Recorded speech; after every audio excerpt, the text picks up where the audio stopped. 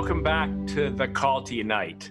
It is a great pleasure to have all of you joining us from around the world around one simple principle, that we are one, and around one simple belief, that when we act as one, we can do anything. It's a paraphrase, I dare say, of the slogan and the motto and the philosophy of the Center for Action and Contemplation, founded by Franciscan priest Father Richard Rohr, the author of about 7,848 books and the recordings of about an equal number of talks. Father Rohr, you are known around the world as a spiritual master, as a master of biblical studies, theology, religious studies, interspiritual dialogue, rites of transition, psychology, Jungian theory, the Enneagram, and on and on.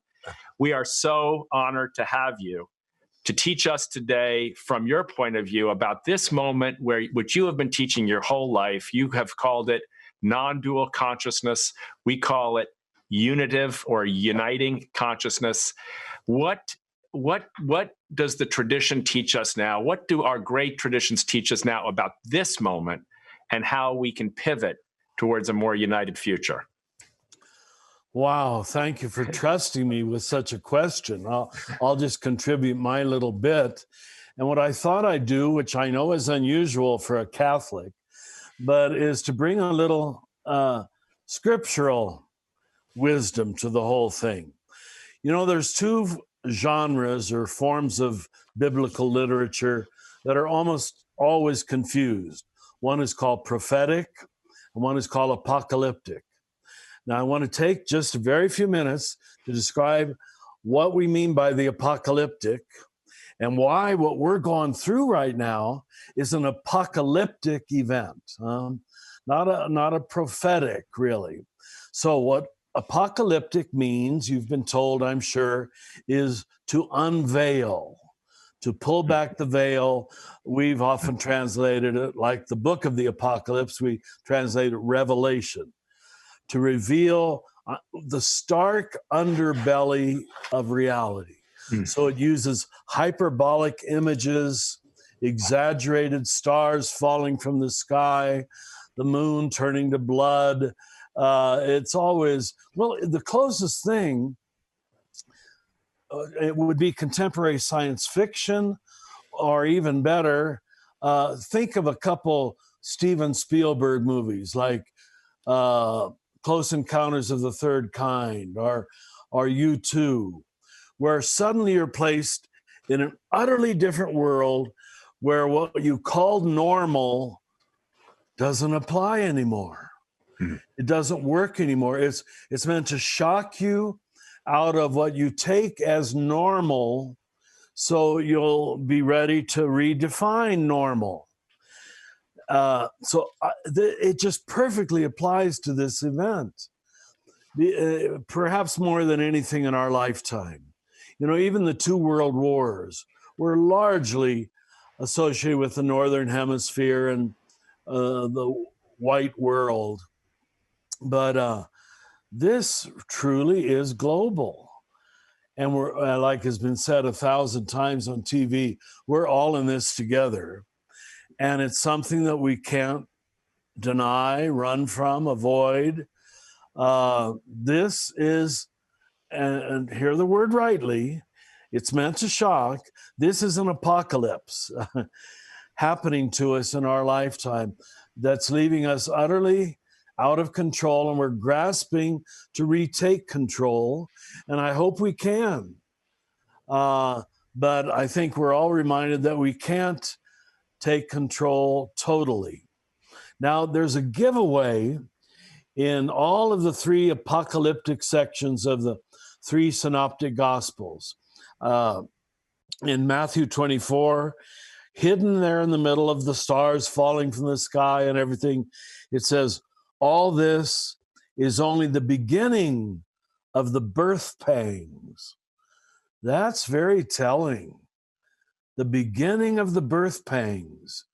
We hear it as threat. Anything that upsets our normalcy is threat. But you can see it isn't.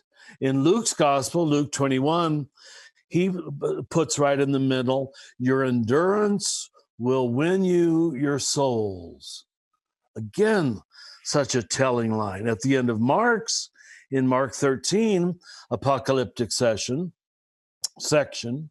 he says, stay awake 4 times in the last paragraph. Stay awake, stay awake, stay awake. In other words, we'd probably say, learn the lesson that this has to teach you. So it puts everything else that we take for granted and says, don't take anything for granted. That's an apocalyptic event. Don't take anything for granted. It reframes reality in a radical way. We would have done history a great favor if we would have understood apocalyptic literature and the apocalyptic way of speaking. It's not threat. It's not the end of the world. Listen closely. It's the end of worlds, our worlds that we have created. Does that make any sense? You know, we're not trying to literally describe the end of the world. We're trying to describe what it feels like when everything falls apart. Now, maybe because we haven't had it, I assume you haven't had it yet. I've been holed up here in my little hermitage for how many weeks now because I'm one of the prime groups that could get it. But maybe we haven't felt the full pinch. So let me stop at that and let you ask me a few questions. It's not a threat. It's an invitation to depth and what it takes to wake people up to the real, to the lasting, to what matters. And, you know, even before this happened, I'll end with this.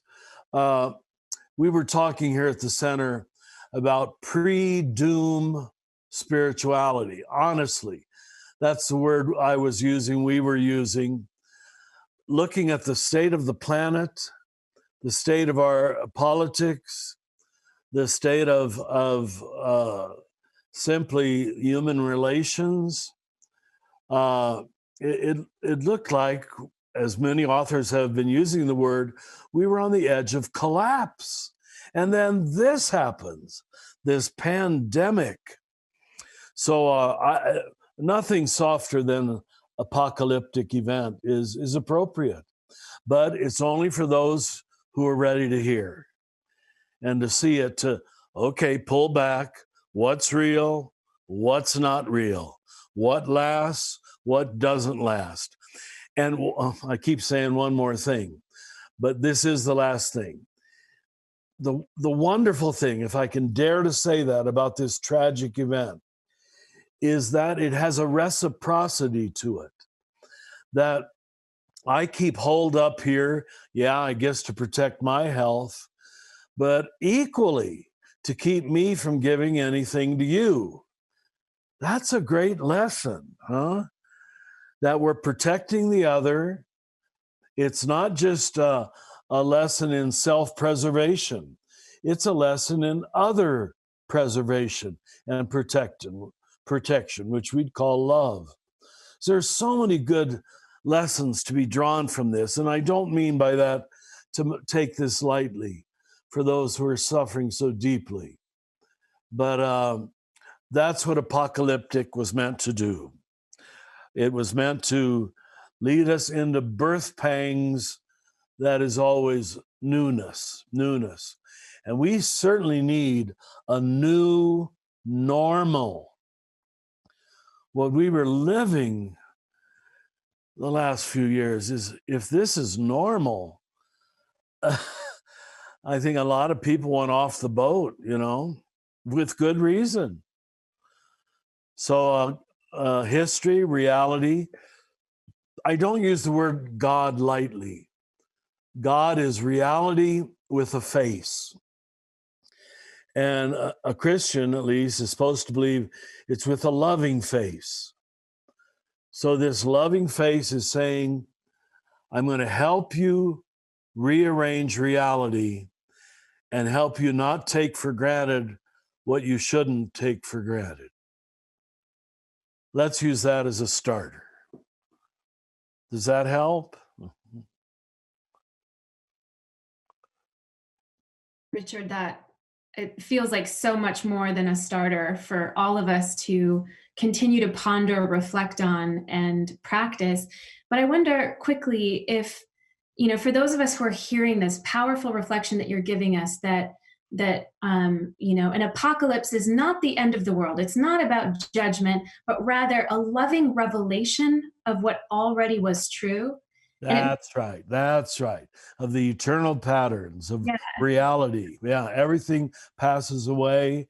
What remains? Yeah. Mm-hmm. And it makes me think of that powerful line by Thomas Merton where he says, "My brothers and sisters, here's the thing," I'm paraphrasing, "we're already one." That's Yes. the reality. We're already one. So in closing, could you offer us a simple practice that could help us relax into the difficulty of how much our lives are being turned upside down, even as we begin to recognize that this is actually helping us reprioritize what really matters? Well, if it's our fighting of reality, our pushing it away, that in fact becomes much of the problem, then anything that approaches a welcoming prayer, a sort of diving into it positively, preemptively, saying, "Come, reality, teach me your good lessons." That's the practice that we need to lessen our resistance, our tight grabbing around things. Excuse me, that is allergy. It's not, at least I don't think it is, COVID-19. Excuse me. So seek to, you've heard me say, Bree, because you've been through our school,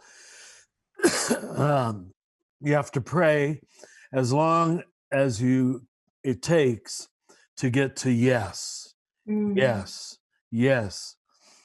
And that isn't meaning we don't work for good. I mean, we're all excited about the possibility of getting some vaccination eventually or antivirus.